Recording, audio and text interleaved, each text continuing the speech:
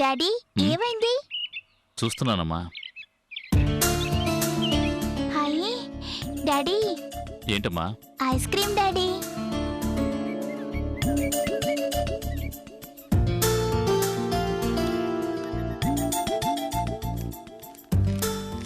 వెళ్ళి కొనుక్కో.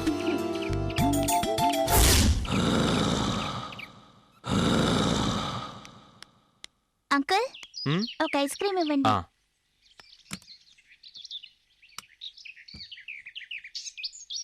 ఇదిగోండి అంకుల్. సరేమ్మా.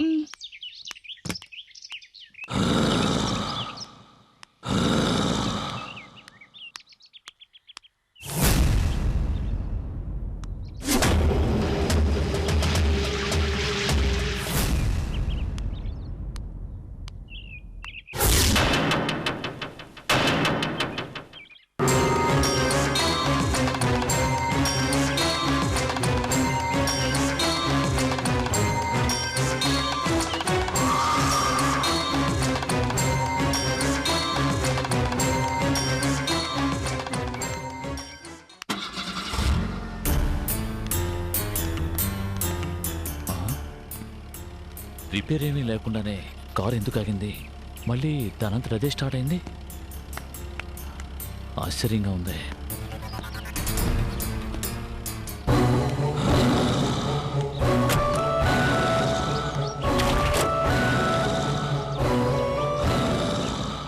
సంజు, ఎక్కడిది బొమ్మ? అక్కడ రోడ్డు మీద పడుంది డాడీ. రోడ్డు మీద పడున్న బొమ్మను తీసుకురావచ్చా? పరే. ప్లీజ్ డాడీ, ఈ బొమ్మ నాకు బాగా నచ్చింది. ఓకేమ్మా, అది అక్కడ పెట్టు. నీకు ఇలాంటి బొమ్మ ఒకటి కొనిస్తాను.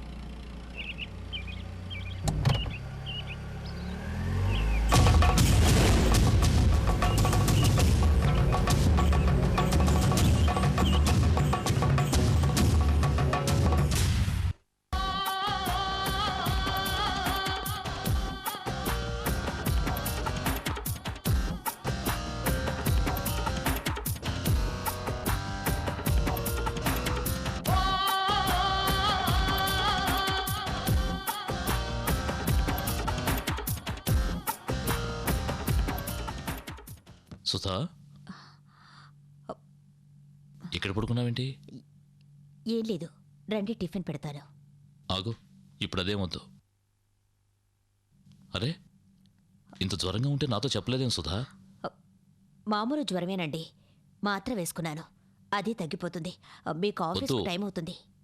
నువ్వు అలా కూర్చో, కూర్చో చెప్తాను, కూర్చో. హలో ఉమా, నేను ఇవాళ ఆఫీస్కి రావడం లేదు. నువ్వే ఎలాగో మేనేజ్ చేయి. సుధా, పాలేమైనా తాగుతావా? వద్దు, మామూలు జ్వరమేనని చెప్పాగా, తగ్గిపోతుందిలేండి. ఆఫీస్కి వెళ్ళండి. ఎప్పుడు ఉండే ఆఫీసే కదా, ఒక్కరోజు వెళ్ళకపోతే ఏం పర్వాలేదు. మిమ్మల్ని అర్థం చేసుకోవడం నా వల్ల కాదండి. పెళ్లి రోజు ఆఫీస్కు వెళ్ళొద్దంటే వినలేదు. ఇప్పుడు నేను వెళ్ళమన్నా వెళ్ళడం లేదు.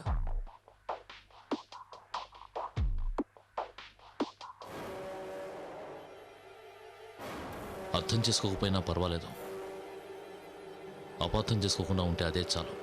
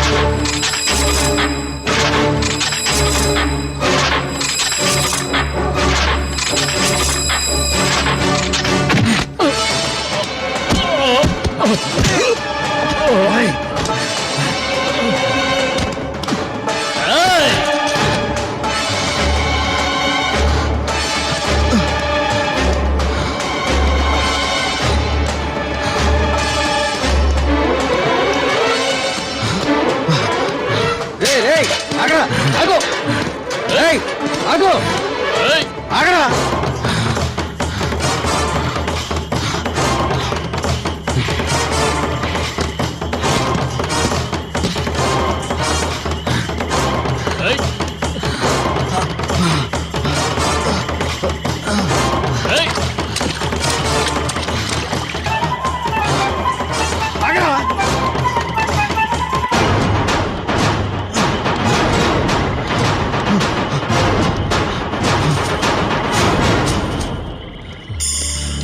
కనపట్లేదే.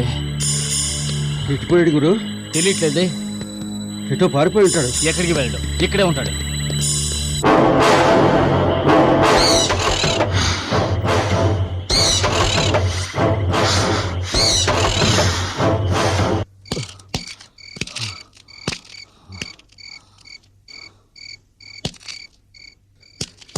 కనిపించాడా?